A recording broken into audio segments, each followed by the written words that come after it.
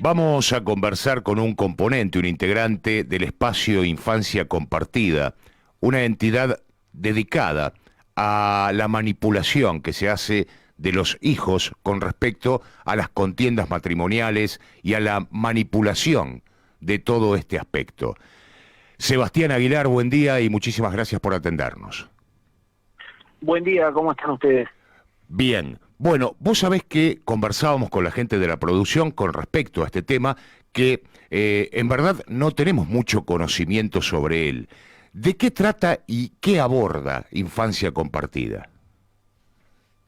Te comento, Infancia Compartida es un grupo de padres, madres, abuelas y familiares impedidos de contacto con sus hijos, en general por medio de procesos judiciales.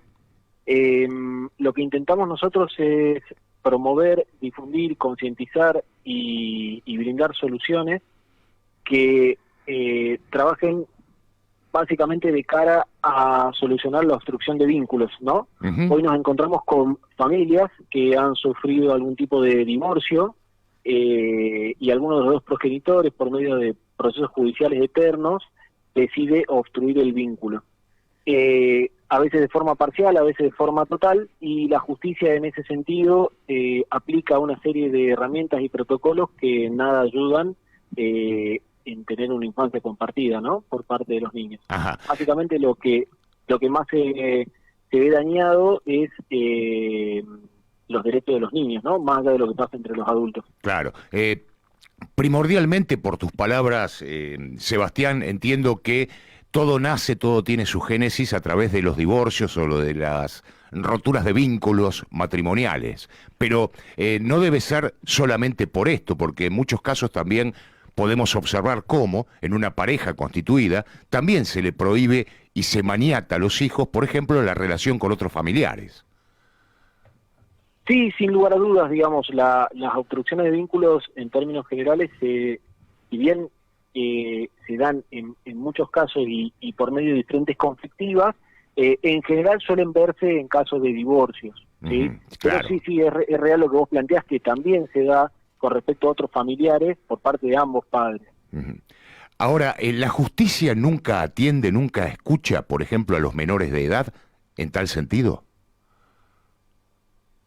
La justicia tiene recursos y tiene hoy en día determinadas herramientas para hacer una escucha del menor. El tema es que la justicia siempre actúa de manera muy tibia, sin posibilidades sin el deseo de resolver verdaderamente el conflicto, y esta escucha, que a veces suele hacerse de los menores, no es utilizada para solucionar el proceso, sino es como para dilatarlo y tratarlo un poco más. Ujú. Es decir, llega una familia con una determinada conflictiva, que en los juzgados ya las conocen, casi que te diría que de memoria, y en vez de brindar algún tipo de solución y demás, brindan herramientas al que desea obstruir para que esto continúe y continúe en el tiempo.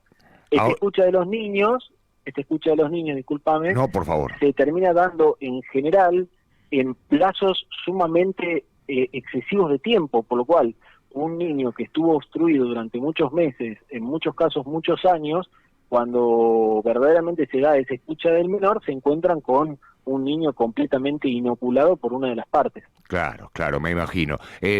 Indudablemente estamos hablando de una estricta privación de la libertad de elección por parte de los hijos, ¿no? Sin lugar a dudas, sin lugar a dudas. Y la justicia en algún sentido, consciente o inconscientemente, termina siendo cómplice de esto. Ujú. Entendamos que los niños dependen, algo que nosotros sostenemos en Infancia Compartida es, los niños, cuanto menos, y esto está probado científicamente, son la mitad de su papá y la mitad de su mamá. En el momento que ellos empiezan a perder el vínculo con alguno de los dos, empiezan a perder parte de su identidad. Si además pensamos en un niño que está perdiendo parte de su identidad y que la otra parte que construye la identidad le genera algún tipo de animosidad en contra, prácticamente está no solo perdiendo su libertad, sino que se está garantizando la infelicidad de por vida. Claro, claro. Vos sabés que más allá de lo que comentabas de la justicia, digo, y esto es una elucubración que quiero compartir contigo, Sebastián, eh, Sí. pienso en cómo nos hemos degradado culturalmente, si se quiere, con todo lo que ello encierra como seres humanos, porque debemos asistir a la justicia para dirimir este tipo de contiendas, ¿no? Cuando en realidad debería ser parte de una decisión consciente del ser humano en cuanto a observar que un niño no puede romper el vínculo por más crisis matrimonial que tengamos con un abuelo, con un hermano, con un tío, con un familiar cercano.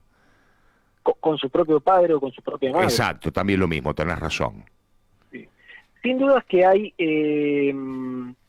algún tipo de desorden en los valores que como padres a veces podemos o solemos darle a los hijos, ¿no? Pero también, digamos, hay una situación particular que en los procesos de ruptura siempre hay lo que se llama un abandonado y un abandonador, y en ese contexto se empiezan a disparar determinados mecanismos que llevan a las personas a actuar irracionalmente, ¿no? Uh-huh. Entonces justifican y generan por serie de denuncias, falsas denuncias en muchos casos, la obstrucción de este vínculo. Entonces, ahí es donde nosotros decimos, sí, sin duda que todo sería más fácil si socialmente todos podríamos llevar un proceso de divorcio de manera sana, digna, ¿no? Un divorcio digno. Sí. Cuando eso no ocurre, creo que todos nos hemos puesto de acuerdo que hay un Estado, que hay una justicia que nos va a ayudar a regular ese tipo de derechos. Sobre todo en este caso de los niños, porque los niños verdaderamente son los vulnerados en estas circunstancias.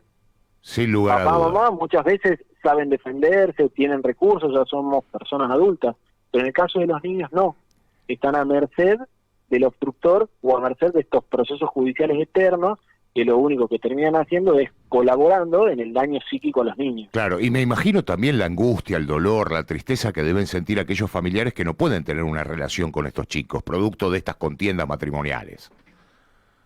Lamentablemente te digo que es sumamente doloroso y terrible para quienes lo vivimos en carne propia y para quienes no, ver de otras personas. Tenemos abuelos que han muerto esperando poder ver a sus nietos, esperando ver una resolución de la justicia. Uh-huh. En los casos de papá y mamá siempre decimos, bueno, a veces hay una controversia, hay temas a discutir, hay un montón de cosas mezcladas, alimentos, comunicación, bienes, muchas veces muchos temas materiales, pero en el caso de abuelos y nietos, la verdad que lo único que los une es el vínculo y el amor. Claro, claro. Y entonces decimos, ¿en qué se basa la justicia para demorar estos procesos realmente? Sí, ¿y en qué nos basamos nosotros, Sebastián, para llegar a esta instancia judicial cuando deberíamos hacer uso de un sentido común, si querés, vamos a llamarlo así? A mí no me gusta mucho esta terminología, ¿no?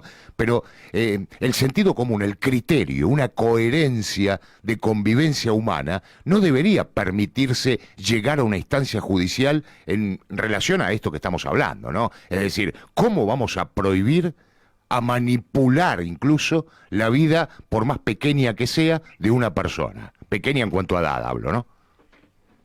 Sí, sin lugar a dudas, sin lugar a dudas. Como te decía, a veces la mente del ser humano y las personas terminan siendo mucho más complejas que esto tan simple como vos lo transmitís, ¿no? ¿Cómo podemos permitir que un niño no tenga vínculos con padres, con madres, con sus tíos, abuelos, o con cualquier ser que se quiera vincular sanamente con él? Tal cual. La realidad es que hay dolores de las personas que llevan a tomar decisiones equivocadas y después se ven inmersas en procesos gigantescos que inclusive a los mismos obstructores se les terminan yendo de control. Tal cual. Que en definitiva, qué necesidad perversa tenemos de esclavizar a otro, ¿no? Increíblemente. Sebastián, la verdad que fuiste muy esclarecedor. Te agradezco mucho porque nos desasnaste sobre el tema. No teníamos ni idea, soy sincero contigo y con la audiencia, no teníamos mucha idea de qué trataba todo esto, pero en realidad nos dimos cuenta que es un tema muy grave e importante. Agradezco la deferencia de haber conversado con nosotros y que tengas muy buen día. No, por favor, nosotros estamos a disposición de ustedes. Uno de nuestros objetivos es difundir la problemática, y antes que yo supiera la problemática, vos me contabas esto y yo te decía que era imposible, que cómo podía una persona hacer esto, hasta que lo viví en carne propia y te das cuenta que el ser humano puede ser un poco más complejo. Lo importante es que podamos visibilizarlo y que las personas que están en los centros de decisión puedan actuar por los niños. Le debemos algo muy grande a los niños y son las infancias sanas.